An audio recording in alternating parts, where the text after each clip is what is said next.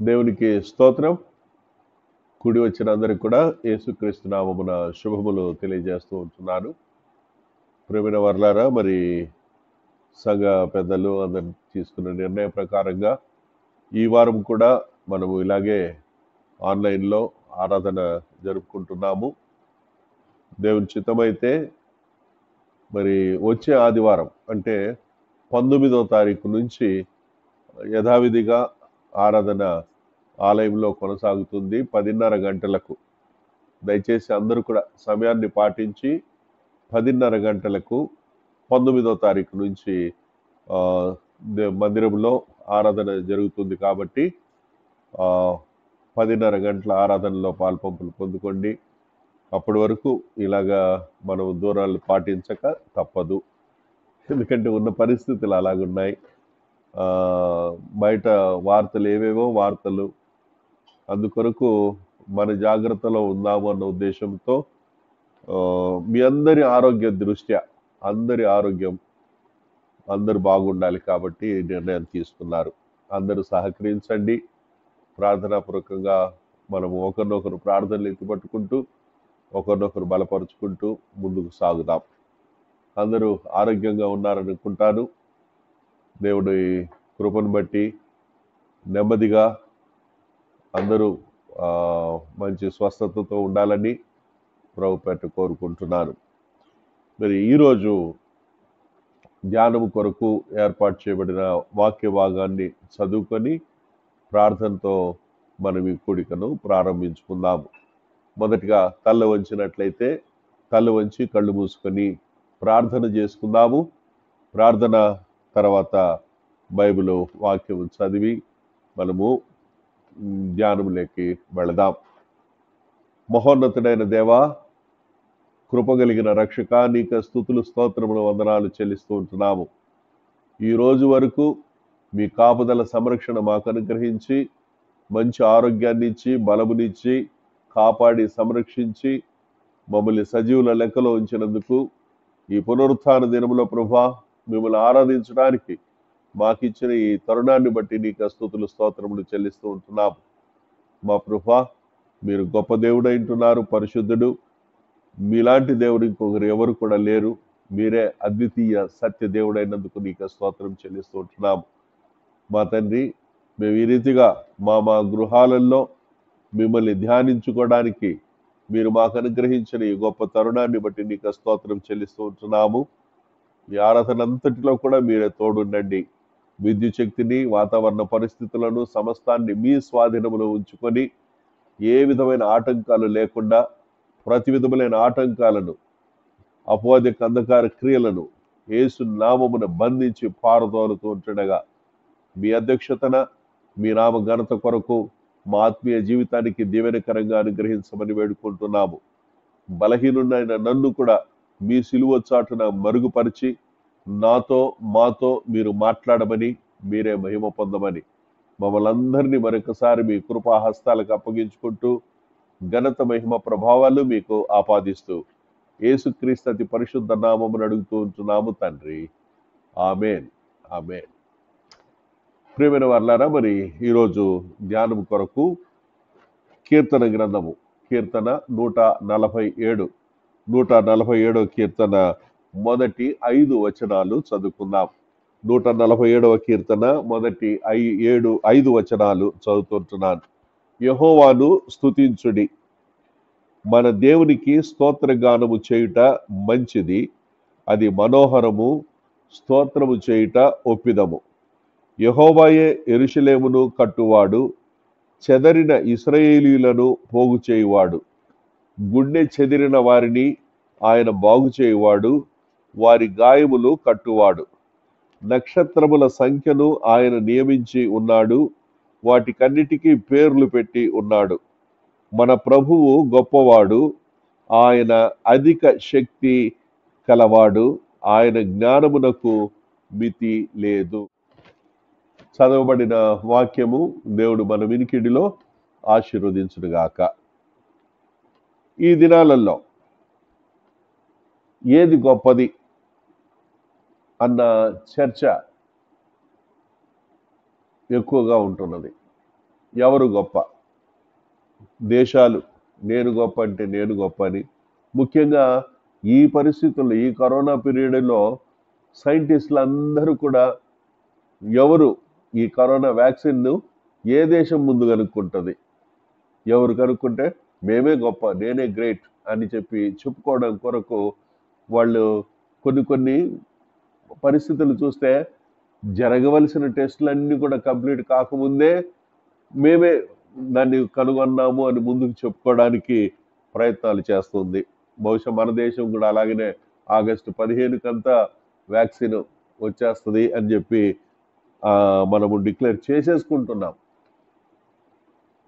వాళ్ళని అడిగితే సైంటిస్టులు ఏమంటున్నారు, ఇంకా సెకండరీ పరీక్షలే జరగలేదు, దాని రిపోర్ట్స్ రావడానికే 3-4 నెలలు పడుతుంది అని చెప్పి అంటున్నారు. కాబట్టి ఇవన్నీ కూడా ఎవరు గొప్ప, ఒక గొప్పతనం చూపించుకోవాలి అన్నది ప్రతి ఒక్కరి మనసులో ఉంటున్నది.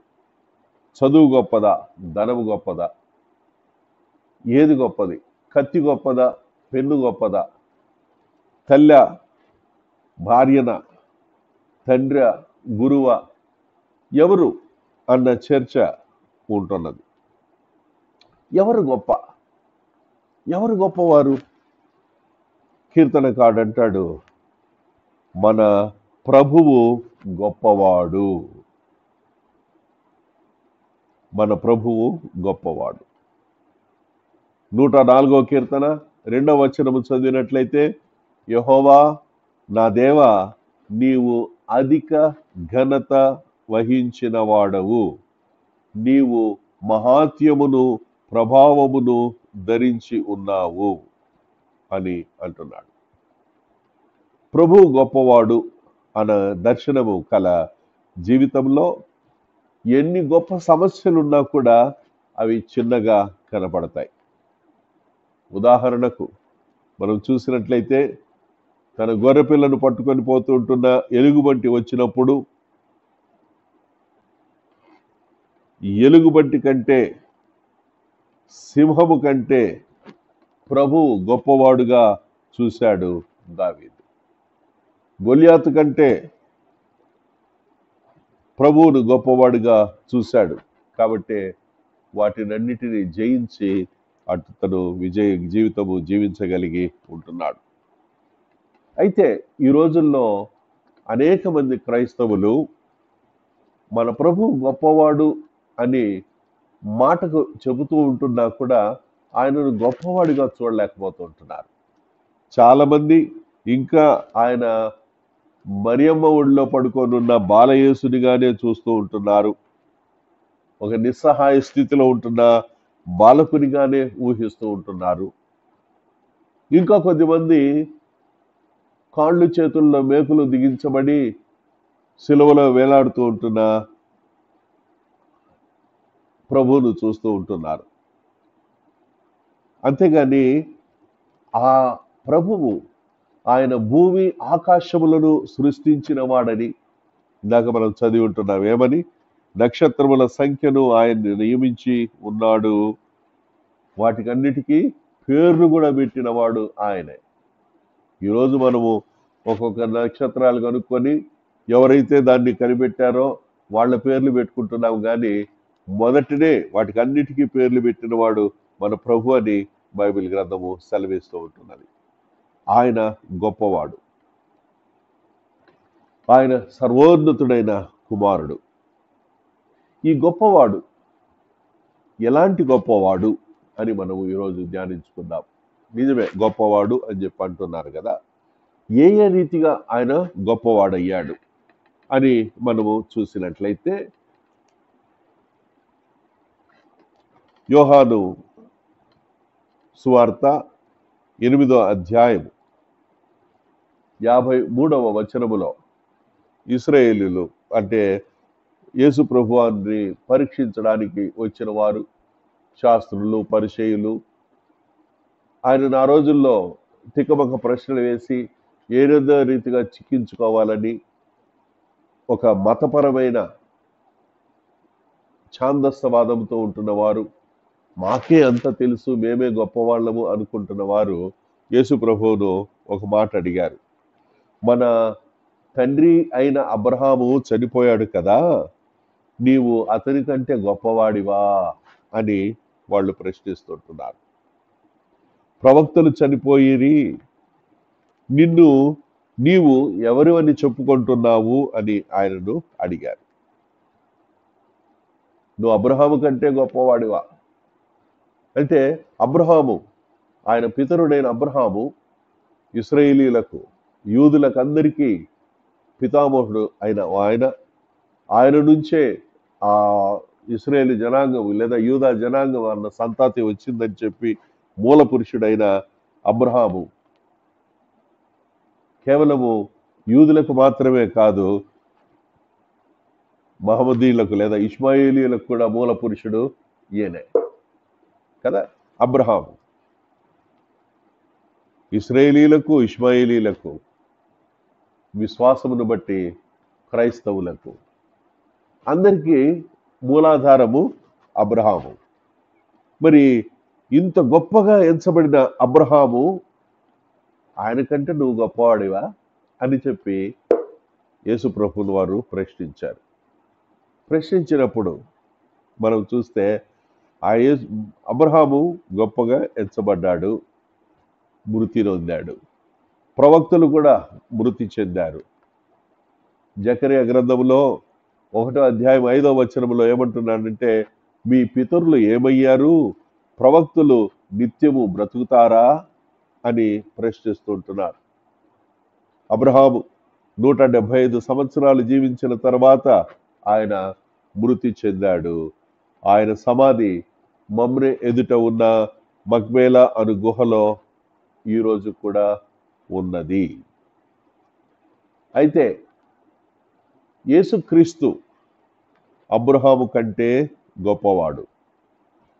ఎందుకంటే ఆయన సమాధి తెరవబడి ఉంటున్నది కాబట్టి.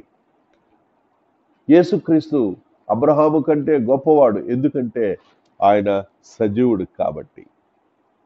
యోబు అంటాడు, యోబు గ్రంథము 19వ అధ్యాయములోను 25వ వచనములో, నా విమోచకుడు ఆయన సజీవుడని నేను ఎరుగుదును అని చెప్పి అంటాడు.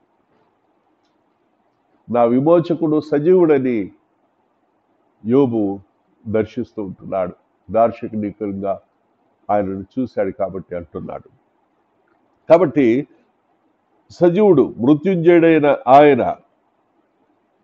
ఆయన హెబ్రీయులకు రాసిన పత్రికలో క్రీస్తు నిరంతరము జీవించుచున్నాడు కనుక తన యొద్దకు వచ్చు వారికి సంపూర్ణముగా ఆయన రక్షణ ఇచ్చేవాడై ఉంటున్నాడు. యేసు ప్రభువారు నిత్యము జీవించేవాడై ఉంటున్నాడు కాబట్టి ఆయన నిన్ను నన్ను రక్షించ సమర్థుడై ఉంటున్నాడు కాబట్టి అబ్రహాము కంటే గొప్పవాడు.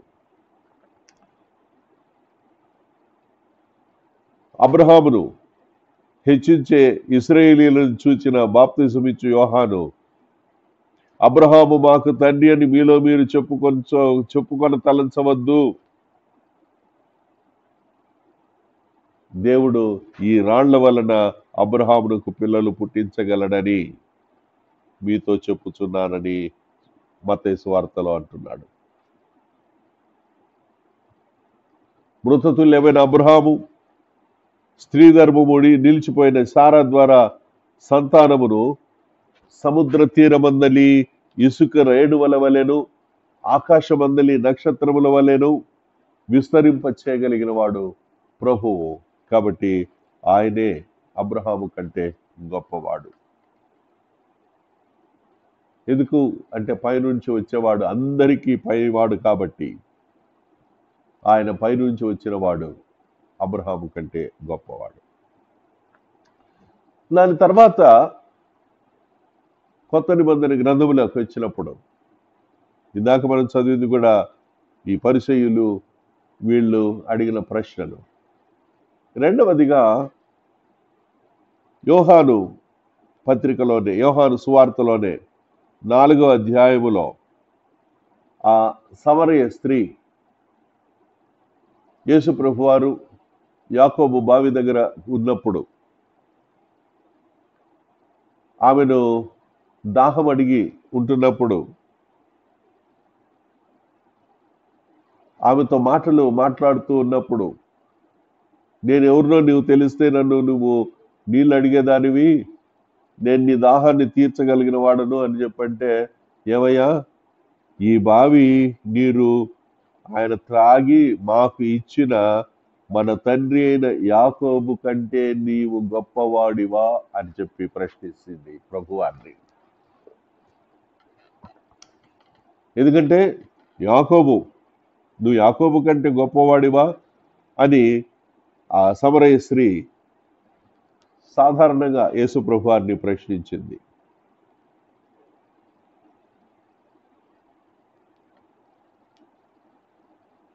సమరయ స్త్రీ వేసిన ప్రశ్న సాధారణమైన ప్రశ్నే కావచ్చేమో, కానీ సమరయ ప్రజలు యాకోబును ప్రాముఖ్యంగా ఆయనను ఒక యుగ పురుషుడిగా తలంచుకుంటారు. ఎందుకంటే సమరయలో ఉంటున్న ఈ బావి యాకోబు తవ్వించబడిన బావి, యాకోబు వల్ల తవ్వబడిన బావి.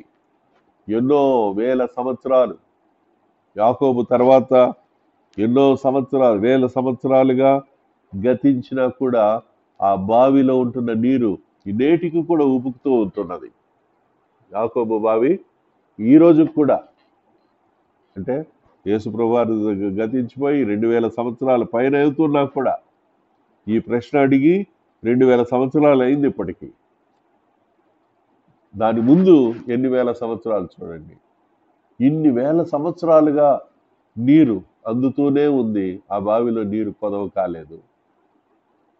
ఆమె ఉద్దేశం అంటే కొన్ని బావులు ఎండిపోతున్నాయి, కొన్ని బావులు ఒట్టిపోతున్నాయి, కొన్ని బావుల్లో నీళ్లు ఉప్పగైపోతున్నాయి.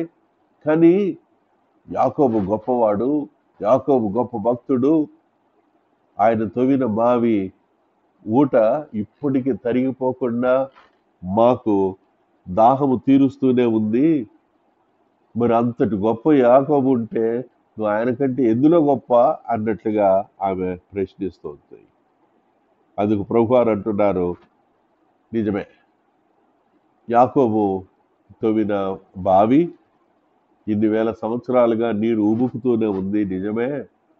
కానీ ఈ నీరు తాగిన వాళ్ళు మళ్ళీ మళ్ళీ బావి దగ్గరికి రావాలి నీటి కోసం కదా. నీరు తాగిన వాళ్ళు అంతటితో ఆగిపోవడం లేదు, మళ్ళీ మళ్ళీ తాగాల్సిందే.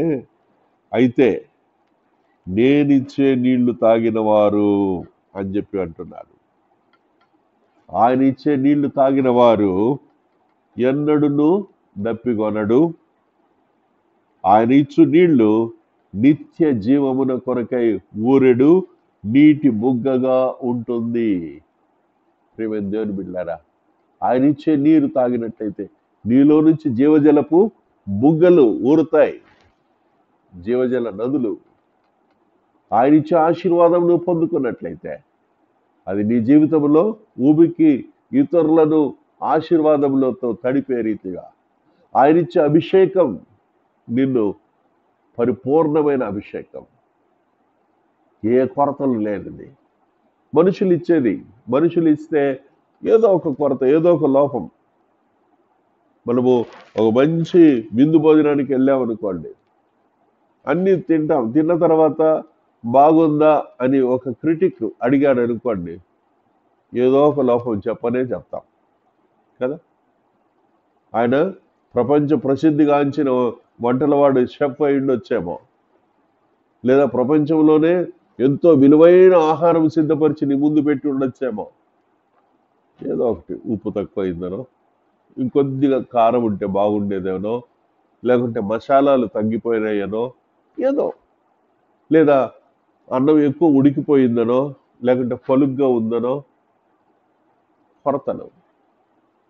అంటే మనుషులుగా మనం చేసే ప్రతి దానిలో ఏదో ఒక కొరవ ఉండనే ఉంటుంది. కానీ ఆయనలో ఏ కొరత లేదు. ఆయన పరిపూర్ణ మానవుడు, ఆయన పరిపూర్ణంగా దేవుడు, ఆయన పరిపూర్ణతను ఇచ్చేవాడు, ఆయన పరిపూర్ణుడై ఉంటున్నాడు. కాబట్టి యాకోబు బావి నిజమే, కానీ అందులో ఉన్న కొరత అవి నీరు దాహానికి తీర్చవు.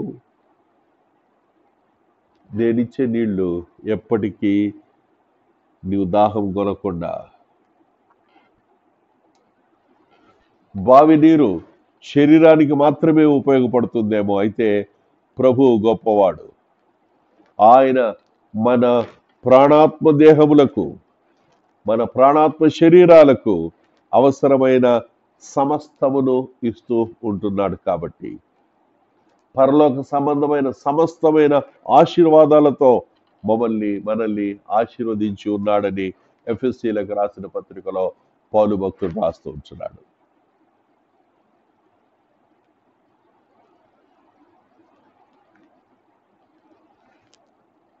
యాకోబు బావి ఒకవేళ ఒక దినాన ఎండిపోవచ్చేమో, కావున మీరు ఆనందపడి, యెషయా గ్రంథము 12వ అధ్యాయము 3వ వచనములో, మీరు ఆనందపడి రక్షణాధారములైన బావులలో నుండి నీళ్లు చేదుకొందురు. రక్షణాధారములైన బావులు ఇది యేసుక్రీస్తు.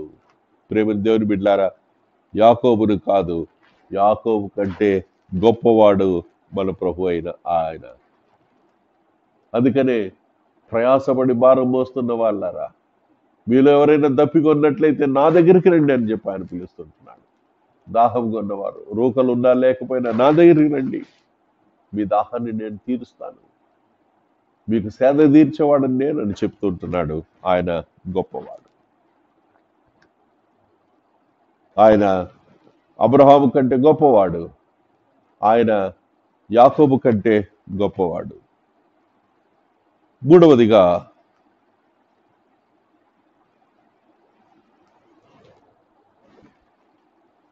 మత్తయి సువార్త 12వ అధ్యాయము 42వ వచనంలో చూసినట్లయితే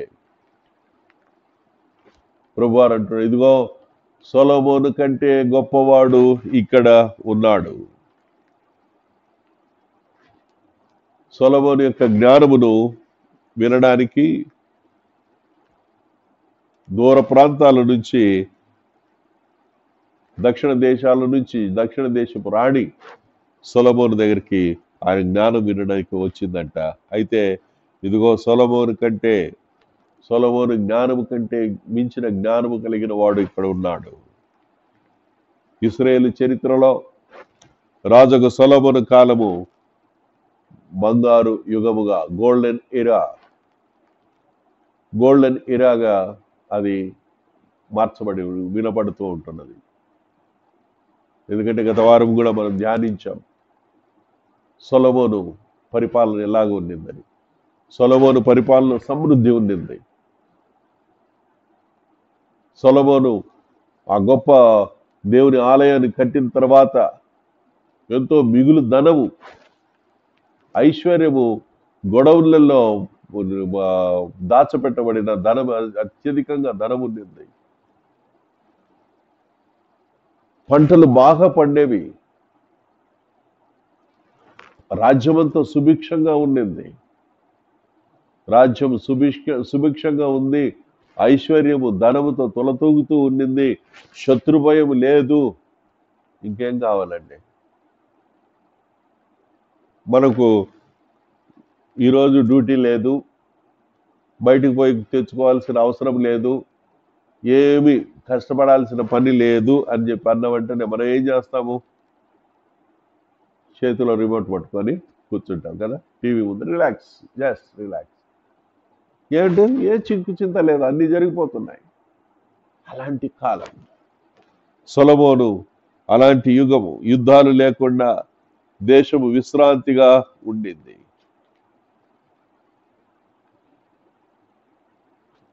నలభై వేల చదరపు మైళ్ళు ఆయన రాజ్యము.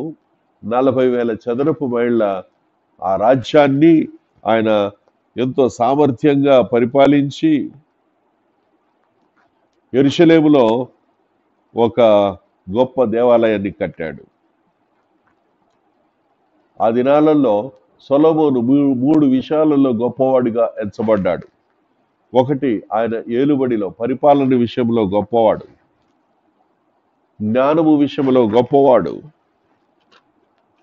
అలాగే ఆయన యొక్క మహిమ, సొలొమోను ఆయన పరిపాలన, ఆయన కట్టించినవి అవన్నీ కూడా ఆయన ఖ్యాతి, ఆయన ఖ్యాతి ప్రపంచమంతా కూడా పాకి ఉంది. అయితే ప్రభువు సొలొమోను కంటే పరిపాలన విషయంలో, ఏలుబడి విషయంలో గొప్పవాడు. సొలొమోను కేవలము ఒక రాజ్యాన్ని మాత్రమే పరిపాలించిన వాడు, రాజు, కేవలం ఒక రాజు మాత్రమే. అయితే మన ప్రభువు ఆయన రాజులకు రాజుగా, ప్రభువులకు ప్రభువుగా ఆయన ప్రభుత్వము ఏలబోతూ ఉంటున్నాడు. ఆ ప్రభు యొక్క ఏలుబడి కింద పరలోకము, భూలోకము, భూమి కింద పాతాళము కూడా ఉంటున్నాయి. ప్రకృతి మొత్తము కూడా ఆయనకు లోబడుతూ ఉంటున్నాయి. ప్రేమ దేవుని బిడ్డారా, ఆయన అధికారంకు, సొలొమోను అధికారానికి కొన్ని వేల మంది సైనికులు లోబడేవారేమో, కానీ మన ప్రభు అధికారములకు ప్రకృతి కూడా ఉప్పొంగే పొర్లే అలల సముద్రాన్ని నిమ్మళించంటే నిమ్మళిస్తూ ఉంటున్నది.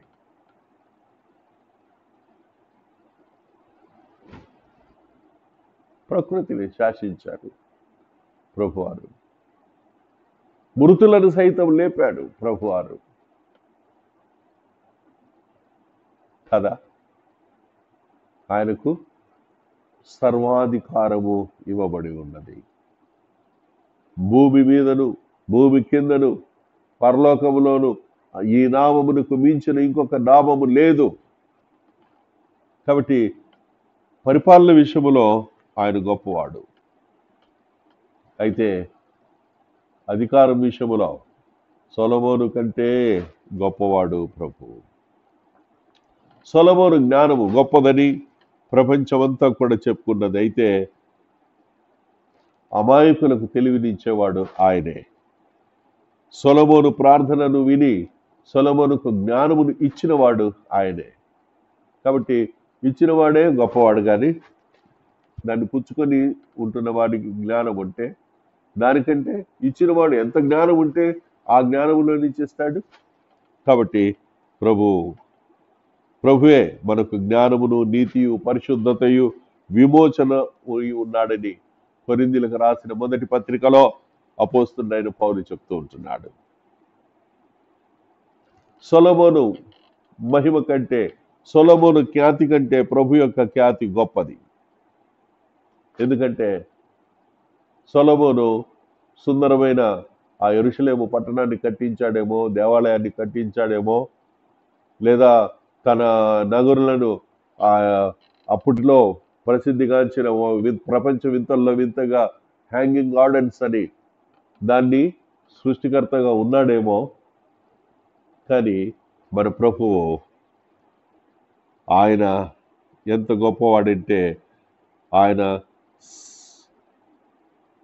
తన మత్తయి సువార్త 6వ అధ్యాయము 29వ వచనమును చదివినట్లయితే అక్కడ ఏమంటాడంటే, ఆయనను తన సమస్త వైభవముతో కూడిన సొలొమోను సహితము వీటిలో ఒక్కదాని వలనైనను అలంకరించబడలేదు అని మీతో చెప్పుచున్నాను అని చెప్పి అంటున్నాడు. వీటిలో అడవి పుష్పములలో, అడవి పుష్పములను అలంకరించిన వాడు, దానికి ఉంటున్న రంగుల కాంబినేషన్, దాని యొక్క అందము, దాని యొక్క వైభోగం, దాన్నంతటి వైభవాన్ని ఇచ్చిన వాడు ఎవరు? ఎవరి ఘనత గొప్పది? మనకు ఆత్మీయ వస్త్రాలను ఇచ్చి మహిమతో నింపేవాడు ఆయనే అయి ఉంటున్నాడు. కాబట్టి ప్రేమ దేవుని బిడ్డలారా, సొలొమోను కంటే ఆయన గొప్పవాడు. ఇక చివరిగా ధ్యానించినట్లయితే చివరి 2 అంశాలు ఉన్నాయి. మత్తయి సువార్త 12వ అధ్యాయము 6వ వచనం, మత్తయి సువార్త 12వ అధ్యాయము 6వ వచనం. ఆ రోజు ప్రజలకు యెరూషలేము దేవాలయం అది వారు గొప్పగా ఎంచారు. యెరూషలేము దేవాలయము దేవుని యొక్క సన్నిధానమని, దేవుని యొక్క ప్రసన్నతని, దేవుడు అందులో ఉంటున్నాడని వారు ఎంతో గొప్పగా నమ్మారు. దాన్ని ఒక గొప్పగా ఎంచారు.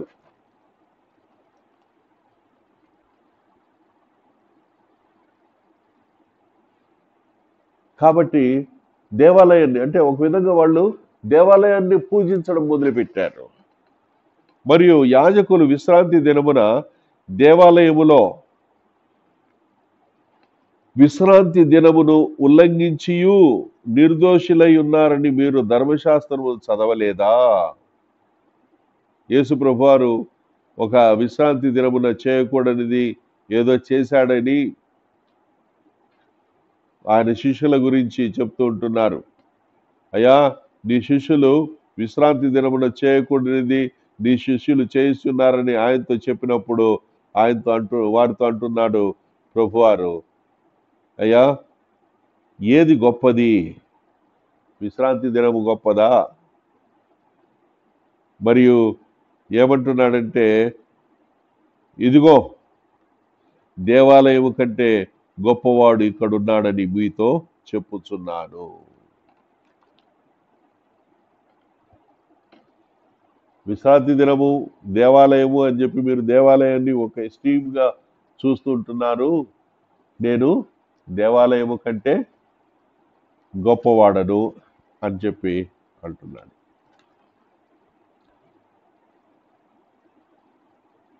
సొలొమోను దేవుని కొరకు ఒక మహిమగల ఆలయాన్ని కట్టించి ఉద్దేశించి ఆయన అంటున్న మాటలు, నేను కట్టించు మందిరము గొప్పదిగా ఉండును, మా దేవుడు సకలమైన దేవతల కంటే మహనీయుడు అని చెప్పి అంటున్నాడు. పరిశుద్ధ గ్రంథాల్లో 3 పెద్ద దేవాలయాల గురించి చదువుతూ ఉంటున్నాం. మొదటిది సొలొమోను కట్టించిన దేవాలయము, రెండవది ఎజ్రా, నెహమ్యాలు, జెరుబ్బాబెలు వంటి వారు కట్టించిన దేవాలయము, మూడవది చివరిది హెరోదు రాజు కట్టించిన దేవాలయం. అయితే ప్రభువారు ఆయన సమస్త దేవాలయముల కంటే గొప్పవాడు. ఎందుకంటే ఆయనను దేవాలయములో, మందిరములో ఆయనని మనము బంధించి ఉంచలేము. ఎందుకంటే ఆయన అంటున్న మాటలు, ఆకాశమున సింహాసనము, భూమిన పాదపీఠము.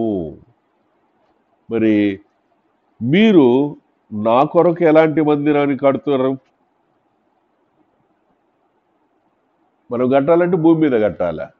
మనము భూమి మీద కట్టాలంటే భూమి ఆయన కాళ్ళు పెట్టుకునే పీట,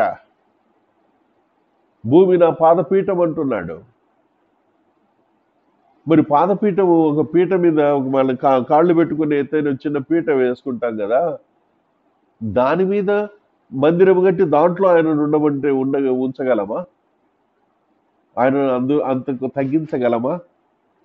అది ప్రభువారు అంటున్న మాట. ఆకాశము నా సింహాసనము, భూమి నా పాదపీఠము. మరి మీరు నా కొరకు ఎలాంటి మందిరాన్ని కడతారు? నా విశ్రాంతి స్థలం ఏది? ఇవన్నీ నా హస్తకృత్యములు కావా? ఇవన్నిటి చేసిన వాడిని నేనే కాదా? సర్వాన్ని సృష్టించిన సృష్టికర్తకు ఒక మందిరమును కట్టి అందులో మనం బంధించగలమా అని ప్రభువు చెప్తుంటున్నాడు. ప్రియమైన దేవుని బిడ్డలారా, ప్రవక్త ద్వారా పలికించిన మాటలు, సర్వోన్నతుడు హస్తకృత్యముల అయిన వాటిల్లో నివసింపలేడు. ఎందుకంటే ఆయన ఆత్మస్వరూపి అయిన దేవుడు. ఆయన నివసించాలని కోరుకునే ఆలయము నువ్వే. ఆయన నివసించగోరే ఆలయము నేనే. మనమే ఆయన నివసించాలని కోరుకుంటున్న ఆలయమై ఉంటున్నాము. మరి ఆనాడు సొలొమోను కట్టించిన దేవాలయంలో దేవుని మహిమతో నింపాడు. ఆయన నీ ప్రాణాత్మ శరీరంలో పరలోక మహిమతో నింపాలని ఆశపడుతూ ఉంటున్నాడు ప్రేమిద్దాం బిడ్డారా. అందుకని పౌలు భక్తుడు అంటాడు, మీరు జీవము గల దేవుని ఆలయమై ఉన్నారని మీరు ఎరగరా. ప్రభువారు అంటున్నారు, నేను వారిలో నివసించి సంచరించుదును, నేను వారికి దేవుడినై ఉందును, వారు నా ప్రజలై ఉందురు. నేను వారిలో నివసిస్తాను అని ప్రభు కోరుతూ ఉంటున్నాడు. కాబట్టి ఆయన దేవాలయం కంటే గొప్పవాడు, ఆయన మహిమ కలిగిన వాడు. ఆయనని మనము తక్కువ చేయలేము. ఆయన మనలో ఉండాలనుకుంటున్నాడు. కాబట్టి యోహాను పత్రిక మొదటి పత్రిక 4వ అధ్యాయములో ఒక మాట ఉంది, మీలో ఉన్నవాడు లోకములో ఉన్నవాడి కంటే గొప్పవాడు. ప్రభు గొప్పవాడు. ఆయన అబ్రహాము కంటే, సొలొమోను కంటే, దేవాలయం కంటే గొప్పవాడు. వీరందరికంటే సమస్తము అందరూ ప్రపంచములో అంతా కూడా ఒక హై ఎక్స్ట్రీమ్లో ఎంచిన వాళ్ళందరికంటే గొప్పవాడైన ఆయన నీలో నాలో ఉంటున్నాడు.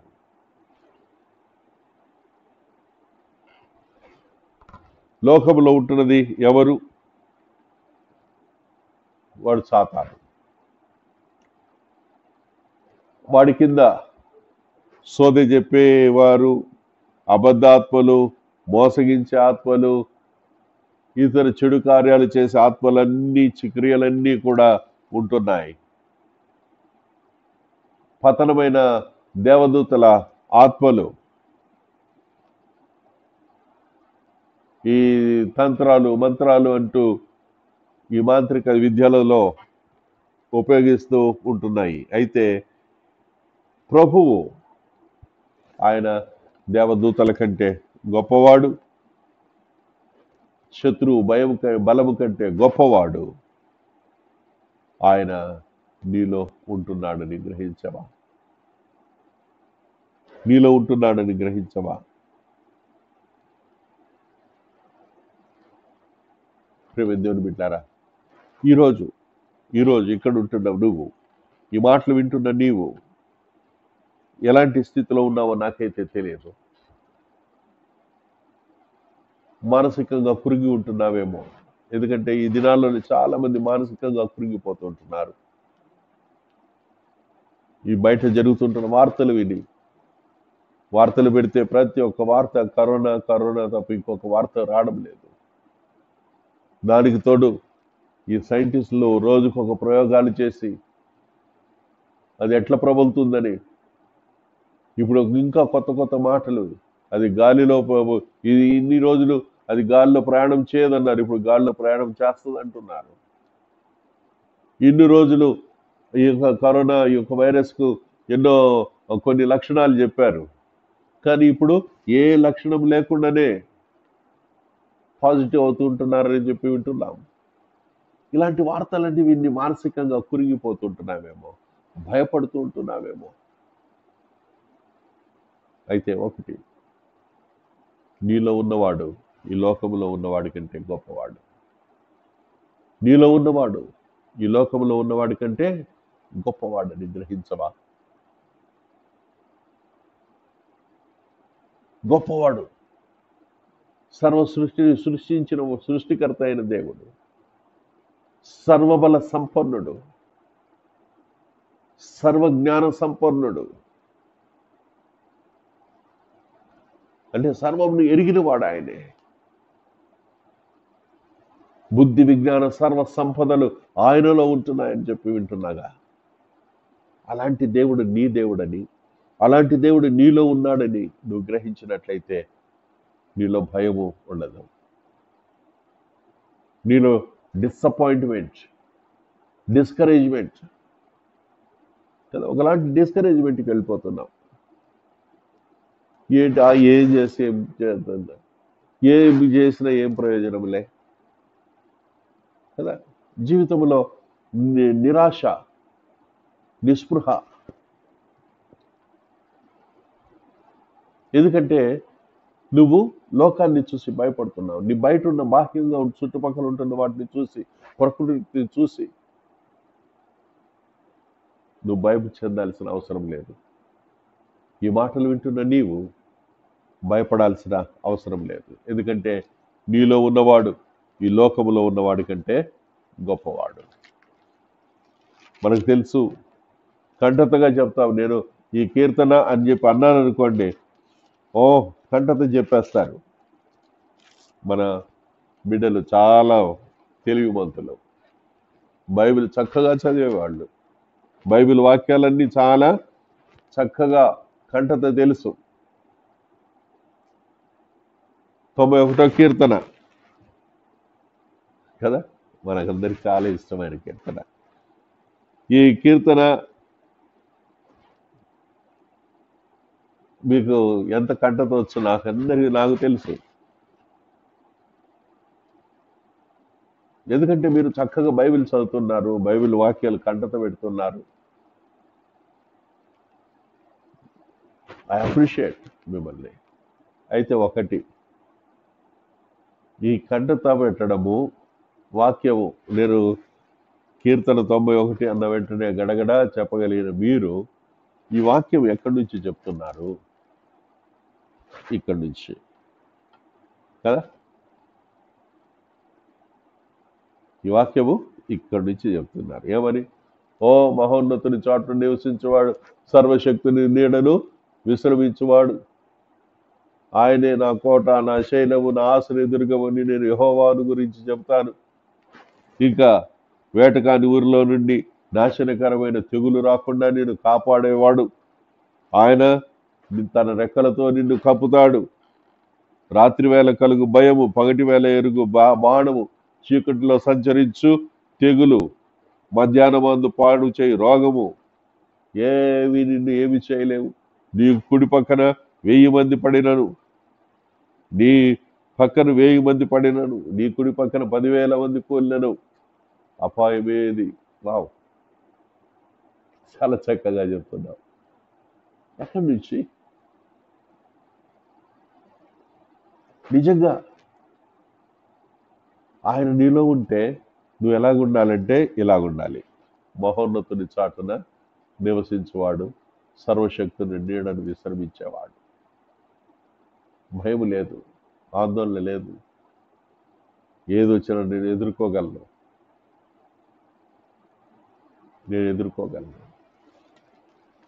అన్న ధైర్యం.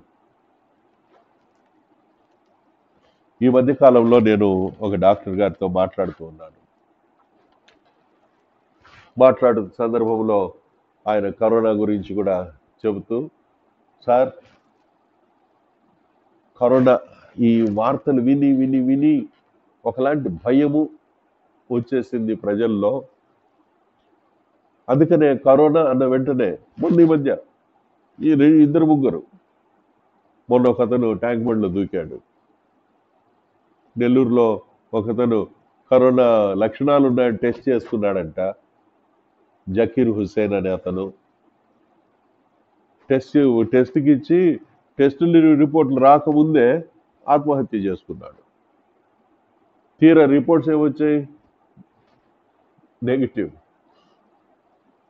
ఒక్కరోజు ఆగిందంటే చూడండి ఆ స్టిగ్మా. ఇది కరోనా అన్న అది, దీంట్లో ప్యానిక్ అవ్వాల్సిన అవసరం ఎంత మాత్రం లేదు.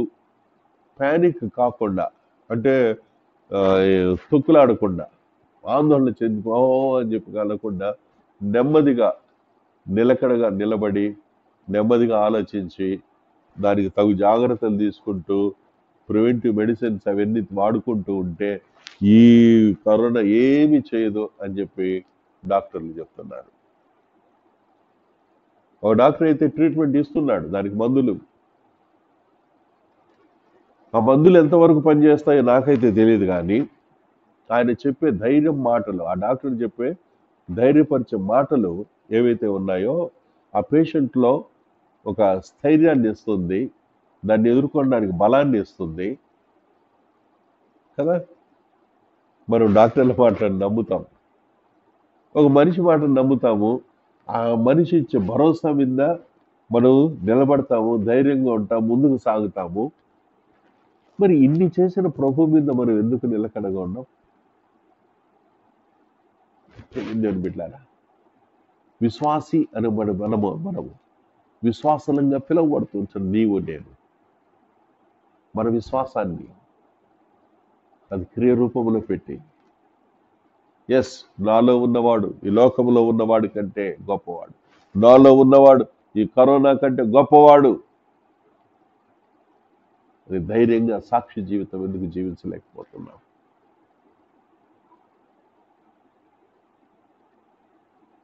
ప్రేమ దేవుని బిడ్డారు, ఈరోజు ఇదే కోరుకుంటున్నాను.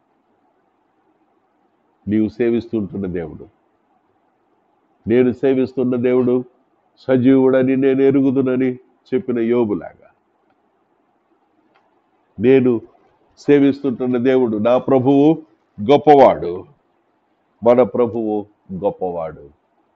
ఆయన భూమి ఆకాశములను సృజించిన వాడు, సముద్రానికి ఎల్లలు వేసిన వాడు, ఆకాశ నక్షత్రాలను శూన్యములో ఈ నక్షత్రాలన్నింటినీ సృష్టించిన వాడు, వాటికన్నిటికీ పేర్లు పెట్టిన వాడు నా ప్రభువే అన్న ధైర్యము నమ్మకము నీకున్నట్లయితే, నీ విశ్వాస జీవితము జయ జీవితమును జీవిస్తూ అనేకులకు మాదిరికరంగా ఉంటూ అనేకుల్ని ప్రభు వైపు తిప్పే ఆయన సాధనంగా జీవించగలవని, అలాగే ప్రభు నిన్ను వాడుకోగలనని నేను పరిపూర్ణంగా విశ్వసిస్తుంటున్నాను. ప్రేమ దేవుని బిడ్డారా, మనం ఆయన కొరకు జీవితాం. నీలో ఉన్నవాడు గొప్పవాడని ఎరిగి, గొప్పవాడు నీలో ఉన్నాడు కాబట్టి ఆయన కొరకు గొప్ప కార్యాలు చేస్తూ ఆయనను మహిమపడతాం. దేవుడి కొద్ది మాటలు మన వినికిడిలో ఆశీర్వదించునుగాక. ఆమేన్. తల వంచినట్లయితే చిన్న ప్రార్థన చేసుకుందాం. ప్రేమ కలిగిన ప్రభువా, నీకు స్తోత్రం చెల్లిస్తుంటున్నాము స్వామి. ఈ ప్రత్యేకమైన దినమును బట్టి ప్రభువా నీకు వందనాలు తండ్రి. మాలో అనేక రకాలైన ఆందోళన, భయాలు నిజమే ప్రభువా. మేము కొన్ని ప్రభుత్వం వారు ఇచ్చిన సూచనలు, సలహాలు, వారి నియమాలను పాటిస్తూ ఆరాధనలు జరుపుకుంటున్నాము. దానికి తోడు జరుగుతుంటున్న విషయాల్ని బట్టి కొన్ని జాగ్రత్తలు తీసుకుంటున్నాం. కానీ మీరు గొప్ప దేవుడు ప్రభువా. మీరు ఈ లోకంలో ఉన్నవాడి కంటే గొప్పవారు, అబ్రహాము కంటే గొప్పవారు, యాకోబు కంటే గొప్పవారు, సొలొమోను కంటే గొప్పవారు, యోనా కంటే గొప్పవారు, దేవాలయం కంటే గొప్పవారు. మాలో ఉన్నవారు మీరు గొప్పవారు అంటున్నారు ప్రభా. గొప్ప దేవా, నీకే స్తోత్రం. గొప్ప దేవుడు అయిన మిమ్మల్ని కలిగిన మేము మా జీవితాలు మీ కొరకు జీవించి మిమ్మల్ని మహింపరుస్తూ ముందుకు సాగే కృపను అనుగ్రహించమని వేడుకుంటున్నాం. విత్తబడిన వాక్యాన్ని మా హృదయాలలో పదిలపరచండి స్వామి. ఏ పరిస్థితులు వచ్చినా మీరు గొప్ప దేవుడిని మేము సేవిస్తున్నామని, అన్నిటికంటే అందరికంటే గొప్పవాడు మా దేవుడు అయింటుండగా మిమ్మల్ని స్మరించుకుంటూ విజయుడైన మిమ్మల్ని ప్రభా కలిగిన మేము జయ జీవితం జీవించే కృపను మాకు అనుగ్రహించమని వేడుకుంటున్నాము స్వామి. అలాగే వ్యాధి బాధలు, బలహీన స్థితిలో ఉంటున్న బిడ్డలు ప్రభా మేము జ్ఞాపకం చేసుకుంటున్నాము. మీ గాయపడిన హస్తంతో ముట్టమని వేడుకుంటున్నాము. నిన్ను స్వస్థపరిచే యెహోవాను నేనని మీరు చెప్పారు. మీ వాగ్దానానుసారంగా బిడ్డల్ని స్వస్థత దయచేయమని వేడుకుంటున్నాము. అలాగే మా సంఘములో తండ్రి ఈ ఫ్రంట్ లైన్లో పనిచేస్తుంటున్న వారు, హాస్పిటల్స్లో పేషెంట్ల మధ్య పనిచేస్తుంటున్న డాక్టర్లు, నర్సింగ్ స్టాఫ్, అలాగే జిహెచ్ఎంసీ స్టాఫ్, ఇలాగ ప్రభు ఆయా స్థలాలలో పని చేస్తుంటున్న వారు చాలామంది ఉన్నారు ప్రభు. ప్రతి ఒక్క బిడ్డను మీరు కాపాడండి స్వామి. నాయనా, ఈ దినములలో అసిమ్టమాటిక్ కరోనా అంటే ఏ ఒక్క లక్షణాలు లేకుండానే సోకుతుంటున్నదని విన్నాం.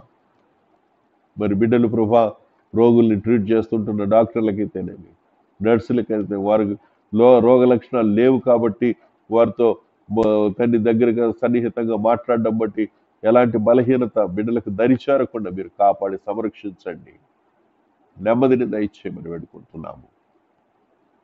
మీ కృప కుమ్మరింప చేయండి, ఆరోగ్యం ఇవ్వండి.